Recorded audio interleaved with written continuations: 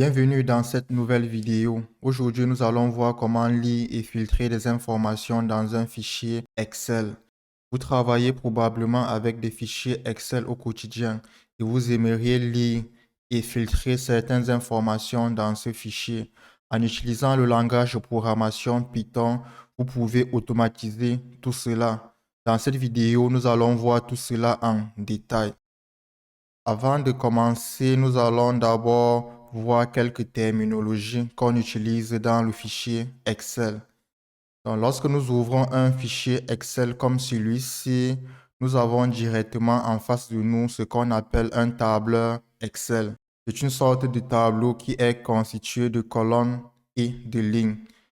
Vous pouvez remarquer que les colonnes sont numérotées par des lettres alphabétiques en commençant par la lettre A, B et ainsi de suite. Et les lignes sont numérotées par des nombres en commençant par 1 jusqu'à n lignes. Dans un tableur Excel, nous avons plusieurs cases. Ces cases sont appelées des cellules. Une cellule, c'est l'intersection d'une colonne et d'une ligne. Supposons que je souhaite par exemple accéder à l'élément qui se trouve dans cette cellule-ci. Le nom de cette cellule-ci sera A1. Pour nommer une cellule, on doit préciser premièrement la lettre de la colonne et ensuite le numéro de la ligne. Vous pouvez aussi le voir ici. Et la dernière chose que nous devons connaître est qu'un fichier Excel peut être constitué de plusieurs feuilles de calcul. Donc, dans le cas de ce fichier-ci, nous avons juste une feuille. Nous pouvons voir ici en bas le nom de la feuille de calcul qui est Data. Si on souhaite par exemple ajouter une nouvelle feuille de calcul dans ce fichier Excel-ci, il va falloir appuyer sur ce symbole plus-ci pour ajouter autant de feuilles de calcul qu'on le souhaite. Pour le moment, nous allons juste travailler avec une seule feuille de calcul. Voilà tout ce qu'il fallait savoir sur le fichier Excel pour le moment. Je vais donc retourner dans Visual Studio Code et nous allons installer la librairie OpenPyXL. C'est une librairie qui permet de lire et écrire dans un fichier Excel. Nous allons donc venir ici en bas dans notre terminal et installer la librairie. Je vais utiliser pip pour cela. Je vais taper pip install OpenPyXL. Une fois que nous avons installé la librairie, nous allons donc commencer par importer un module que nous allons utiliser pour lire notre fichier Excel. Avant cela, je vais d'abord vous présenter le dossier dans lequel nous allons travailler. Donc, dans ce dossier, nous avons deux fichiers. Le fichier main.py qui est le fichier dans lequel nous allons écrire nos lignes de code. Ensuite, j'ai un fichier Excel qui s'appelle employé dataset. C'est le fichier Excel que nous allons lire pour y filtrer certaines informations. Je vais laisser dans la description de cette vidéo un lien pour télécharger ce fichier-ci. Ok, je vais revenir dans mon fichier main.py. Ensuite, je vais cliquer ici. Nous allons commencer par importer une fonction de la librairie OpenPyXL. Et la fonction, c'est load workbook. Je vais sauvegarder le contenu de mon fichier Excel dans une variable que je vais appeler workbook. Donc, il va suffire d'appeler la fonction load workbook et de passer en paramètre le nom du fichier, donc employé dataset.xlsx. Une fois que nous avons chargé le contenu de notre fichier Excel dans cette variable-ci, nous pouvons donc l'utiliser pour faire certaines manipulations, comme par exemple afficher le contenu de tous les feuilles de calcul qu'il y a dans notre fichier Excel. Donc pour cela, je vais appeler ma variable workbook et ensuite indiquer sheet name. Je vais sauvegarder mon fichier et ensuite je vais exécuter le code. Et ici, nous allons voir dans la console data, qui est le nom de la feuille de calcul qui existe dans notre fichier Excel. Donc, comme dans ce fichier-ci, nous avons juste une feuille de calcul. C'est normal que dans notre terminal, nous avons juste un seul élément dans la liste. Une fois que nous avons ouvert notre fichier Excel, il nous faut sélectionner une feuille de calcul dans laquelle nous allons travailler. Donc, je vais déclarer une autre variable que je vais appeler sheet. Et cette variable-ci aura pour valeur workbook active. Donc, active permet de sélectionner la première feuille de calcul dans notre fichier Excel. Donc, si par exemple, dans ce fichier Excel-ci, il y avait plusieurs autres feuilles de calcul, on pouvait sélectionner la feuille de calcul qu'on souhaite tout juste en utilisant les crochets et en précisant à l'intérieur des crochets quelle est la feuille de calcul dont on souhaite sélectionner. Pour la première feuille de calcul, ça aurait été l'élément 0 ou l'élément 1 pour la deuxième feuille de calcul. Donc, lorsque je fais workbook.active, c'est un peu comme si je faisais workbook crochet 0. Une fois que nous avons sélectionné la feuille de calcul, nous pouvons l'utiliser maintenant pour sélectionner une cellule dans notre fichier Excel. Donc, je vais sélectionner la cellule B2. Donc, pour cela, je vais utiliser la fonction print. Et ensuite, je vais utiliser la feuille de calcul que nous avons sélectionnée, sheet. Et dans les crochets, je vais préciser le nom de la cellule. Le nom de la cellule, c'est B2. Je sauvegarde et ensuite, j'exécute. Et là, nous allons voir dans le terminal cell, qui veut dire cellule. Donc, data, c'est le nom de la feuille de calcul que nous avons sélectionnée. Et ensuite, nous avons B2. Et là, vous allez vous demander pourquoi nous n'avons pas eu comme réponse Kelly. C'est tout simplement parce que nous n'avons pas précisé qu'on voulait avoir la valeur qui se trouve à l'intérieur de cette cellule-ci. Pour cela, nous devons placer ici à la fin value. On sauvegarde et on exécute. Et là, nous allons voir Kelly. Donc, on peut aussi faire pareil pour la cellule suivante qui est la cellule C2. Donc, si je mets C2 ici à l'intérieur, nous allons avoir Controls Engineer. Donc, si on revient là, on va voir bien que c'est Control Engineer qui se trouve dans la cellule C2. Je vais vous montrer une autre façon d'accéder à un élément dans une cellule. Donc, pour cela, nous allons appeler le nom de la cellule sheet et ensuite, on va appeler la fonction cell. Et à l'intérieur des parenthèses, je vais préciser la ligne à laquelle se trouve ma cellule, dans la ligne 2. Et ensuite, je vais préciser sur quelle colonne se trouve cette cellule. Donc, ça sera la colonne 2. Et à la fin, je n'oublie pas de mettre value. On sauvegarde et on exécute. Et là, nous allons voir Kelly. Donc, si on revient dans notre fichier Excel, à la ligne 2 et à la deuxième colonne, nous avons bien et belle la valeur Kelly. Donc, dans le cas de cette cellule-ci, on aura la colonne 3, 1, 2, 3, la troisième colonne et la deuxième ligne. Donc, si on revient ici dans notre code et que je mette 3 et la ligne, c'est la ligne 2, je sauvegarde, j'exécute. Là, nous allons voir bien Controls Engineer. Donc, libre à vous d'utiliser la méthode qui vous convient. Donc, dans le cas de cette vidéo-ci, je vais rester sur cette méthode-ci. Maintenant que vous connaissez comment lire n'importe quelle cellule dans un fichier Excel, je vais vous montrer comment lire une colonne spécifique ou bien une ligne spécifique dans un fichier Excel. Donc, pour cela, nous allons utiliser une boucle. Je vais utiliser la boucle for et ensuite, je vais spécifier le nom de la feuille de calcul dans laquelle je souhaite travailler. Ça sera sheet. Et nous allons donc sélectionner une colonne. Dans la colonne que nous souhaitons afficher le contenu. Par exemple, la colonne A. Donc, comme vous pouvez le remarquer ici, je ne précise plus le numéro de la ligne. Car ce que je souhaite effectuer dans cette boucle-ci, c'est juste afficher toute la colonne A et non une cellule spécifique.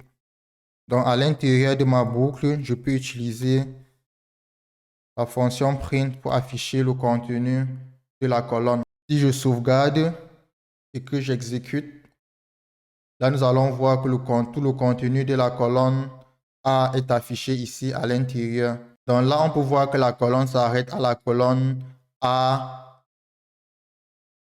1001. Donc si je viens ici dans mon fichier Excel et que je descends ici loin au fond, nous allons voir ici là que chaque colonne a 1001 éléments, comme on peut voir le numéro de la ligne ici. Si on souhaite maintenant afficher toutes les valeurs qu'il y a à l'intérieur de la colonne A, on doit mettre ici devant S value. Je sauvegarde et j'exécute. Et là, nous allons voir tous les différentes valeurs de la colonne A. Donc, je peux faire pareil pour n'importe quelle colonne. Par exemple, la colonne B. Je sauvegarde et j'exécute. Là, on va voir les différents noms. Et le dernier nom de la colonne B, c'est Willow Taylor. Donc, je reviens dans le fichier Excel pour vérifier. Colonne B, dernier élément, c'est Willow Taylor. On peut, si on le souhaite, mettre la lettre en majuscule ou bien en minuscule. Bon, moi, je vais travailler avec les majuscules. Maintenant, je vais vous montrer comment faire pour accéder à une ligne spécifique. Ça sera aussi très simple comme on vient de le voir actuellement. Donc, pour accéder à une ligne spécifique, nous devons juste mettre ici à l'intérieur des crochets le numéro de la ligne. Par exemple, la ligne 2. Ensuite, si je sauvegarde et j'exécute, on aura le contenu de la ligne 2 qui sera affiché. Donc, si on revient ici dans notre fichier Excel, la ligne 2, c'est cette ligne-ci. Si on scroll ici et on part vers le dernier élément, on va voir que le dernier élément de la ligne 2, c'est Columbus. Bon, parce qu'ici, il n'y a rien.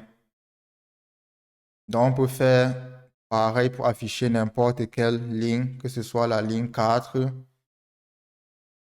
On peut aussi afficher le contenu de cette ligne-là. On va voir que c'est Shanghai. Ligne 4, dernier élément, Shanghai.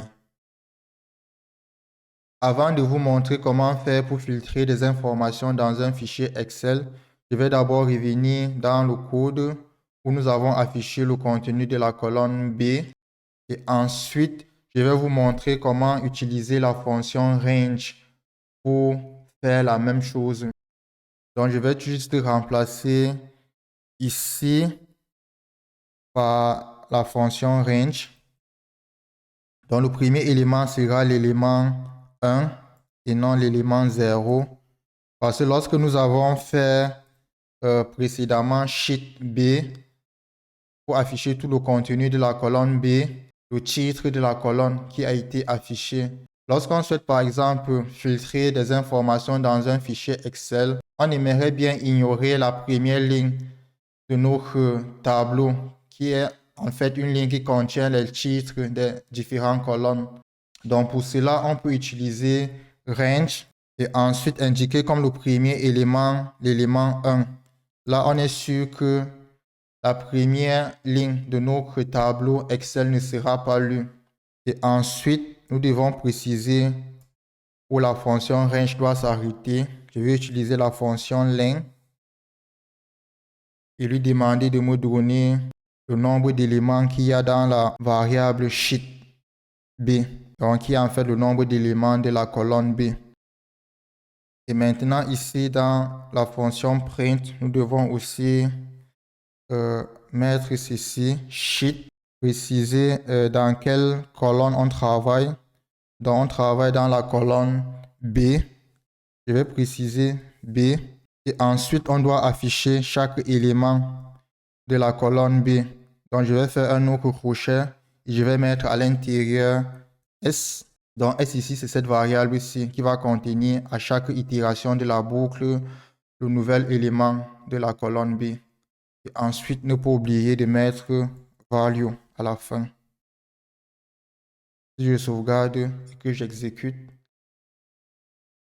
nous allons voir le même résultat. Maintenant, nous allons voir comment faire pour filtrer une information dans ce fichier Excel-ci. Donc, je vais choisir un élément au hasard dans la colonne B. Et l'élément que je vais choisir, ça sera par exemple Ella Chen. Donc, nous allons filtrer ce nom-ci dans la colonne B. Donc, je vais revenir ici dans mon code et ensuite, je vais supprimer ceci.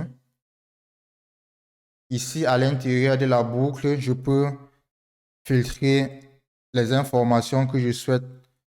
Donc, nous allons juste filtrer une information maintenant. Je vais utiliser une condition pour filtrer une information dans la colonne B.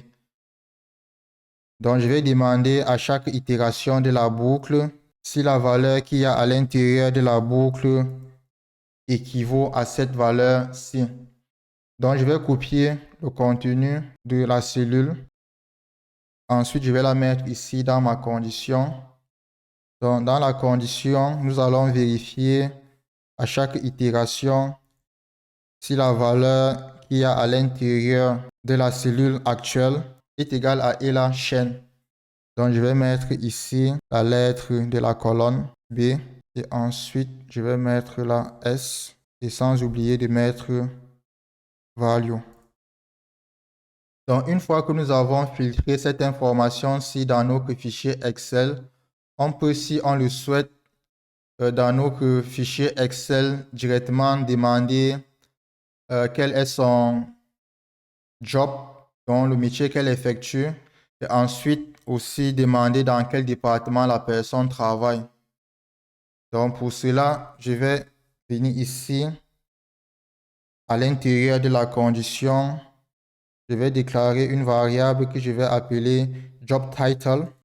Et job title aura la valeur de sheet C. Donc sheet C, c'est parce que le job title se trouve dans la colonne C. Et ensuite, je vais préciser le numéro de la colonne. Donc, le numéro de la colonne, ça sera S. Parce que si vous êtes bien attentif, vous allez remarquer que j'utilise range ici. Donc, à chaque itération de la boucle, on aura un nombre qui sera sauvegardé ici. Donc, en commençant par 1, 2, 3. Et lorsque cette condition-ci sera vraie, la valeur qui sera à l'intérieur de la variable SC sera en fait le numéro de la ligne où se trouve Ellen Chen.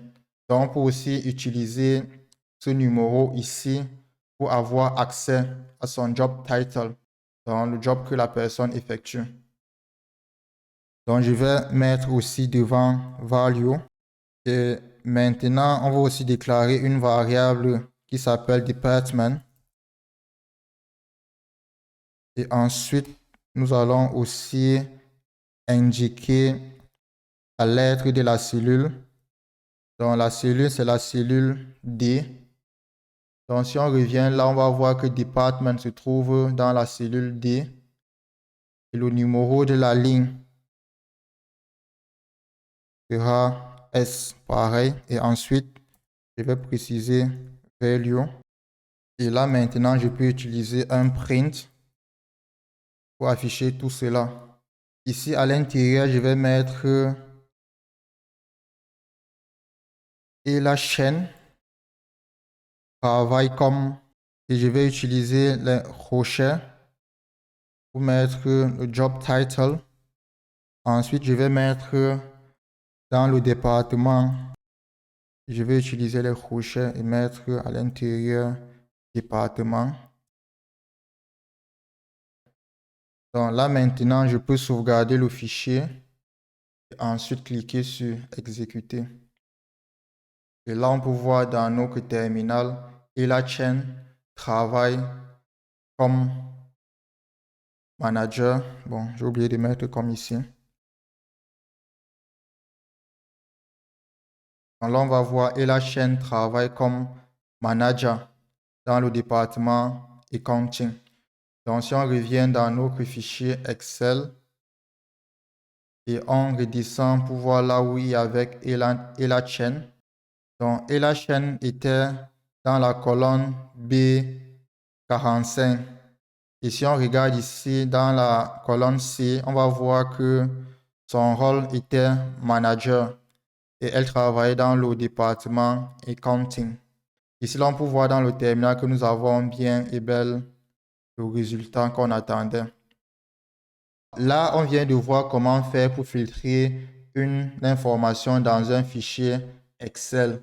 Donc, nous avons vu qu'en connaissant où se trouvait cet élément-ci dans notre fichier Excel, on peut connaître toutes les caractéristiques de cette personne-ci. Donc, au lieu de lire tout le contenu de ce fichier Excel-ci, pour chercher cet élément-ci dans notre tableur, nous avons tout juste lu la colonne B et ensuite, une fois que nous avons trouvé l'élément, on a recherché directement les différentes caractéristiques qui sont liées à cet élément-ci. C'est une méthode très simple qu'il faut utiliser lorsqu'on filtre une information dans un gros fichier. J'espère que cette vidéo-ci t'a plu. N'oublie pas de laisser un commentaire sous cette vidéo-ci et de t'abonner sur cette chaîne. Si tu souhaites que je fasse d'autres vidéos pour t'expliquer en profondeur comment faire pour filtrer des informations dans un fichier Excel, laisse tout juste un commentaire sous cette vidéo-ci, like la vidéo et partage cette vidéo au maximum.